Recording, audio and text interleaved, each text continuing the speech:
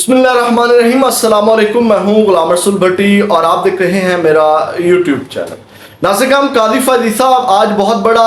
Blunder कर गए हैं और जस्टिस मुनीब अख्तर और जस्टिस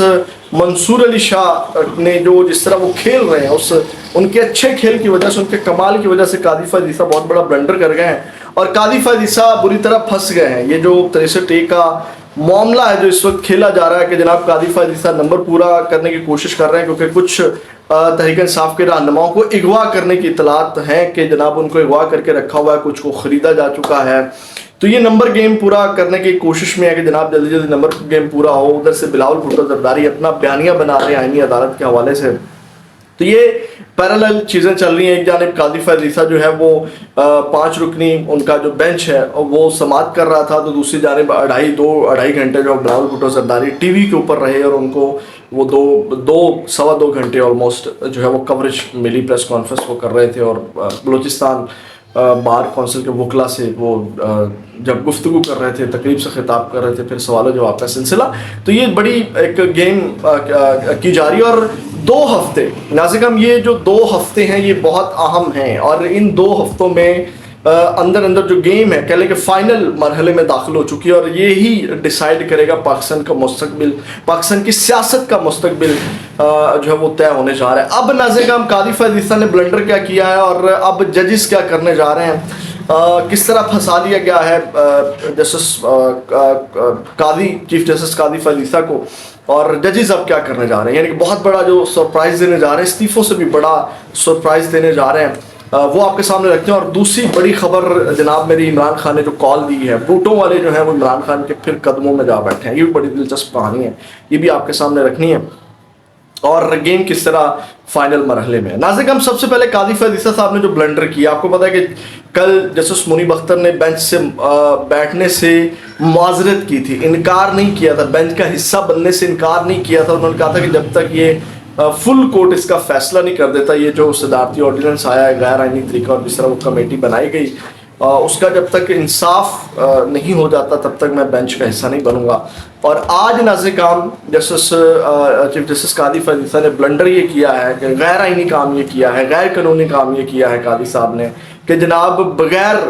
जस्टिस मंसूर अली शाह को बिठाए जो है वो आज उन्होंने नया बेंच तश्कील दे दिया जिसमें जो है वो उन्होंने अपने चहेते जस्टिस नईम अख्तर अफ़गान को उस बेंच में शामिल कर लिया और जनाब 63A नज़रसानी केस की आज समाअत शुरू कर दी जो कि पूरा दिन चलती रही और फिर जनाब कल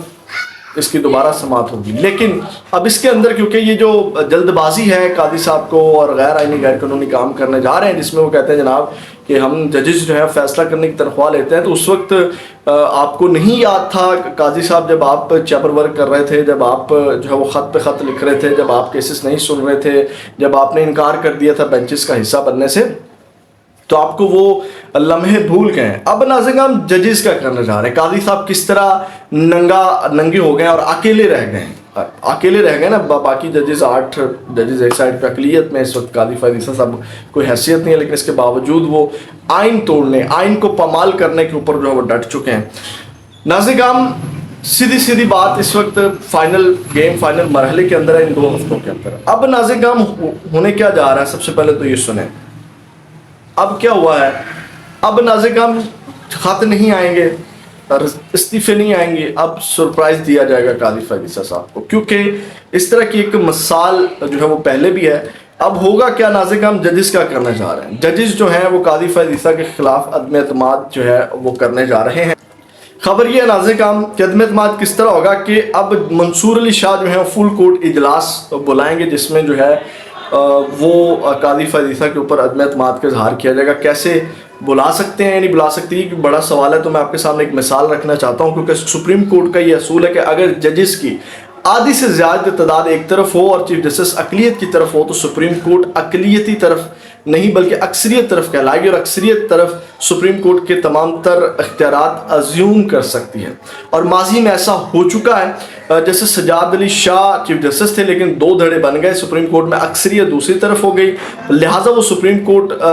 मुतसव्वर हुई और जैसे सजाद अली शाह को घर जाना पड़ा, उनको इस्तीफ़ा देना पड़ा और जनाब उस वक्त जो है फिर ऐसी सूरत हाल की वजह से उन्हें इस्तीफ़ा देना पड़ा। 1997 की बात है, तब 10 ججز نے جو ہے وہ عدم اعتماد کیا تھا، اور آج 13 ججز کی اکثریت ایک طرف ہے، دوسری طرف ایڈ ہاک والے 2 سوہان ہیں، چیف اور ان کے 2 یاران غار، اور جناب یہ نازک ہم صورتحال ہے۔ اب ججز یہ سرپرائز دینے جا رہے ہیں، اور جناب وہ کیونکہ سب سے پہلے اس کا طریقہ کار یہ ہوگا کہ سب سے پہلے جسٹس منصور علی شاہ قاضی صاحب کو کہیں گے کہ جناب آپ فل کورٹ میٹنگ بلائیں، اور اگر فل کورٹ میٹنگ نہیں بلائی جاتی تو پھر جو ہے وہ جو جسٹس منصور علی شاہ ہیں وہ یہ سٹیپ اٹھانے کا اختیار ان کے پاس آ جائے گا، کیونکہ قاضی صاحب نے تو نہیں بلانا، کیونکہ دن بڑے تھوڑے ہیں، 2 ہفتوں کے اندر اندر یہ گیم ڈالنی۔ اب ناظرین ہم جو میں نے کہا کہ فائنل مرحلے میں یہ گیم ہے، اور جناب میری جو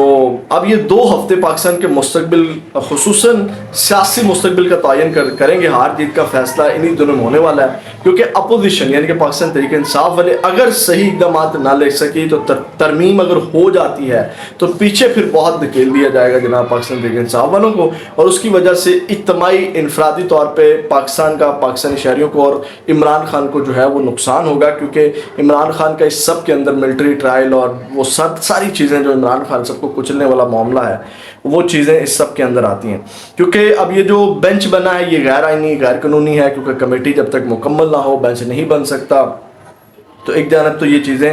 جو ہیں وہ چل رہی ہیں۔ اب ناظرین کام ایک جانب آج بڑی اہم ملاقات ہوئی ہے، اب میں آپ کے سامنے وہ چیزیں رکھ دیتا ہوں کہ جو بوٹوں والے جو ہیں وہ لیٹ گئے ہیں جناب۔ دوسری جانب میں آپ کو یہ ایک بات اور کر دوں کہ جسٹس نعیم اختر افغان وہ ہیں جو 12 جولائی کے فیصلہ جن اختلافی نوٹ اور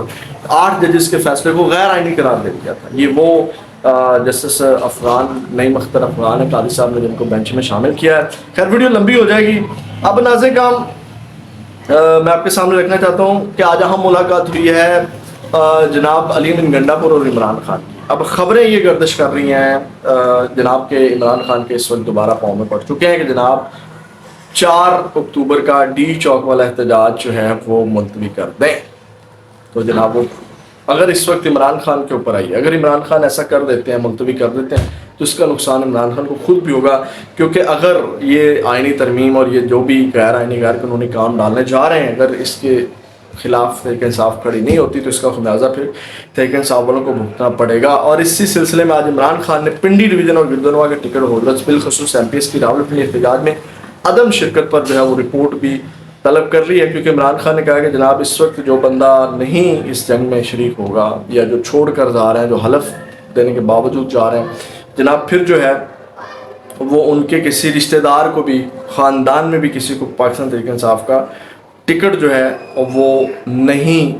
جو ہے وہ ملے گا۔ تو یہ ناظرین ہم اس وقت قاضی فیض کے ہاتھ سے جو ہے وہ گیم نکل گئی ہے، اور اس وقت اب جسٹس منصور علی شاہ کے اوپر ہے۔ جسٹس منصور علی شاہ اب اس طرح کا اگر اقدامات کرتے ہیں کہ جناب وہ کنگ میکر بن جائیں گے، جسٹس منصور علی شاہ اور آئین اور قانون کے اوپر پیرا دینے والے جج بن جائیں گے۔ برکیف یہ 63A نظر ثانی کیس جو کل بھی سماعت ہوگی، کیونکہ ڈیفینیٹلی قاضی فیض نے اس کا فیصلہ جو ہے وہ غیر آئینی طور کے اوپر آپ کو پتا ہے کہ 63A نظر ثانی عقیم جو ہے وہ گورنمنٹ کے حق میں دینا ہے۔ ڈیفینیٹلی جو بندے شندے چاہیے ان کو اس معاملے میں جو انہوں نے کچھ مبینہ طور کے اوپر اغوا کر کے بھی رکھے ہوئے،